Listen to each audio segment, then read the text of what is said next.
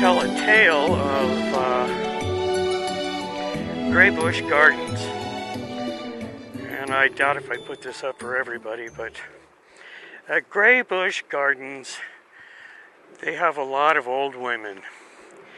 And when they saw me coming, I was their object of interest for the first few days.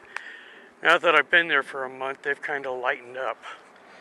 But one lady in particular kind of cracks me up. It's funny, and then again it's not. But she asked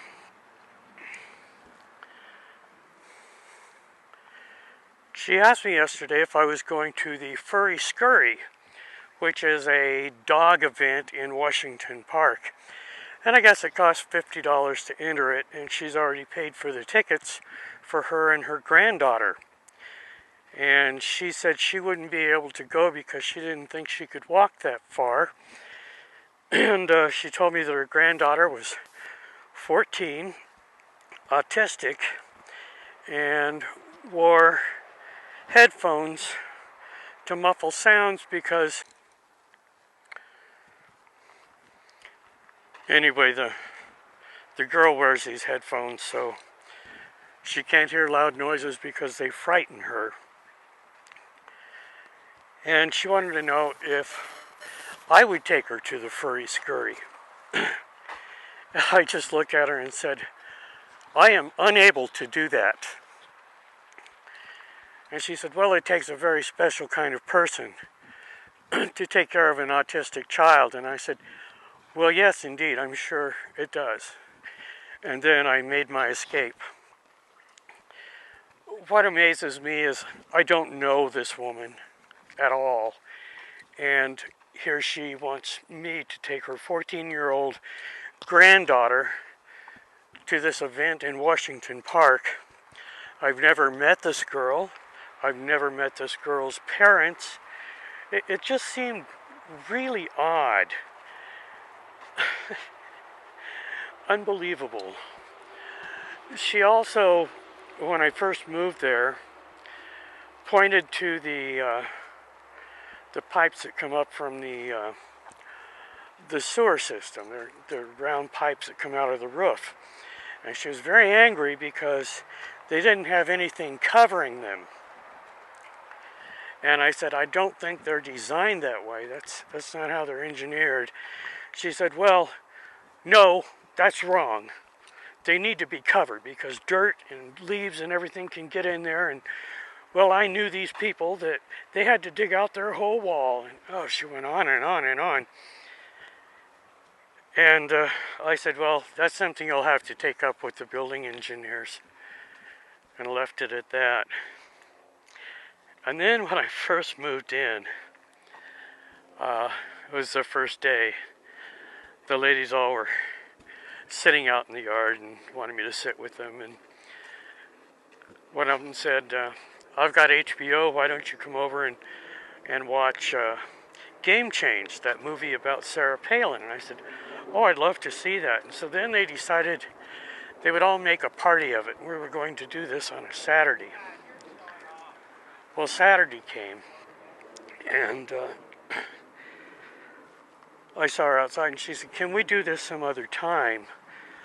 Because this one lady, the one who wanted me to take her granddaughter to the dog park, let's call her, we'll call her Sarah. Anyway, she got sick, and she couldn't go that Saturday, and so she wanted this other lady that was going to show the movie to cancel until she got better because she wanted to do refreshments after the movie. And I said, okay, no problem. So the next day I saw Sarah sitting out on the lawn with her little dog, and she was in her bathrobe, and she told me that she had been very sick and that she thought she had food poisoning. She had diarrhea and she was vomiting. And she said her little dog hadn't been out of the apartment for over 18 hours and had to go to the bathroom. And then she said, And then when I was sick, there were times I didn't make it to the bathroom. So I spent all this time cleaning up after myself. And I was going, oh, good Lord, do I want to hear this? And then her dog was pooping in the yard, and she says, and I'm too sick to go and clean it up. And I thought, you know, I'm generally a nice guy, and I like to help people out. But I think this is just opening a door for a lot of requests to do things. And, you know, like I said yesterday, she wanted me to take the granddaughter to that furry scurry, so she's kind of loopy. Living at Gray Bush Gardens has been very interesting. You have to be 62 or older to move in. The rent is dirt cheap, and they pay the utilities. So I'm saving from where I was living $350 to $400 a month, which is considerable, as I'm getting ready to retire and need to save all the money I can. And one of the nice things is, along with the rent comes 4 meals a month. They have a cafeteria and this wonderful chef that comes in and cooks. My first meal there was last Sunday. I went to the 1 o'clock seating. There were 7 of us. And on the menu was roast pork with dressing and gravy, carrots. It started with this wonderful bean soup. It was outstanding. And then for dessert, we had kind of a blueberry crumble. And then he made these rolls and some handmade or homemade rhubarb jam. I mean, it was out of this world. So I sat there with these people, and the woman sitting next to me is a retired school teacher, and she taught school in South America. And so I asked her, "Hablas español?" And she started speaking to me in the most beautiful Spanish. And then right in the middle of her speaking to me, she had this little dazed and confused look, and she said, "¿Qué me iba a decir?" What was I going to say? She was having one of those moments. Well, we all do there at Gray Bush Gardens, have our moments. And I've learned to be a pretty forgiving person because they forget to do a lot of things there, and it's like run by old people too. And so there's a code that you have to push to get in my building after, I believe it's 7:30 in the evening. And the first night I was there, I stepped out to take a look at Venus, which was, of course, incredible, you know, in the sky as it was earlier this spring. And I tried to get back in and I was locked out. Well, luckily, someone down at the end of the building was carrying in some groceries, so I ran down there. I said, "What's the code?" He said, "They forgot to tell you, huh?" I said, yeah. And then I finally got a parking place, and it was quite a ways from where I live, clear down at the other end.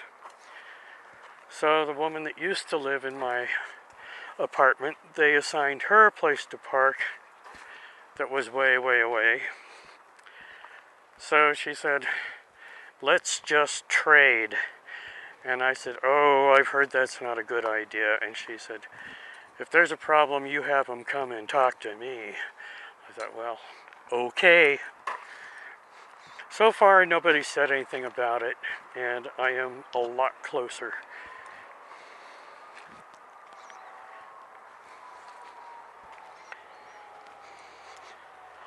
Also, I discovered that my name and my apartment number is not outside my door, and is probably why I've not been getting some of my mail.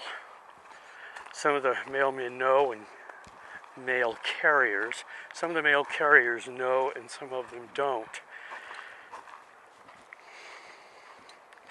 Let's see. Oh, also for the meals, you have to turn in a white reservation slip. And then when you get there, you give them this yellow ticket, which they sign off on. Well, when I went to eat there, I said, I don't have a yellow ticket. I was not given one. Oh, of course you were. I said, no, I wasn't. So he says, well, I'll let you get by with it this time. I thought, well, maybe there won't be a next time. I said, it was just kind of weird. So I went in and talked to him in the office, and he said, oh, didn't we give you one of those? We might have forgotten. And I said, no, I didn't get one. So they gave me one. So I'm signed up for tomorrow, and they're having buttermilk fried chicken. Something I really, really should not be eating. But, I mean, who can resist fried chicken? Jesus, I never fix it for myself anymore. So I'm hoping they have potatoes and gravy, too. And I hope that same bunch of people is there, because I really, really enjoyed having lunch with them. And meeting some of the people at Gray Bush Gardens. Most of the people I've met are very, very nice. And then I have two friends that live there. And they're the ones who told me about the place in the first place. And now I've got people at work saying, tell me more about this place that you live. I have a family member that's older and needs a place to live. So maybe I should get a free month for referrals. Well, I'm about at the end of my hike. I'm walking under Cherry Street. Cherry Street. There's the creek over there. And I'm going to pop into Bull and Bush and have one of their high dollar bourbons. We'll see what kind they have. I'm trying to think, the one that I had the last time. Well, that was fun. The Bull and Bush. Stopped in and had a little Buffalo Trace, straight up. Well, the malt of the month at Bull and Bush was Jim Beam Devil's Cut. I've seen that in the liquor stores, and I've always wondered about it, but I'm glad I went in there and tried it, because I was not that impressed. It was all right, but nothing to write home about. I still think Evan Williams Black, as far as a bourbon goes, that's affordable, is probably the best.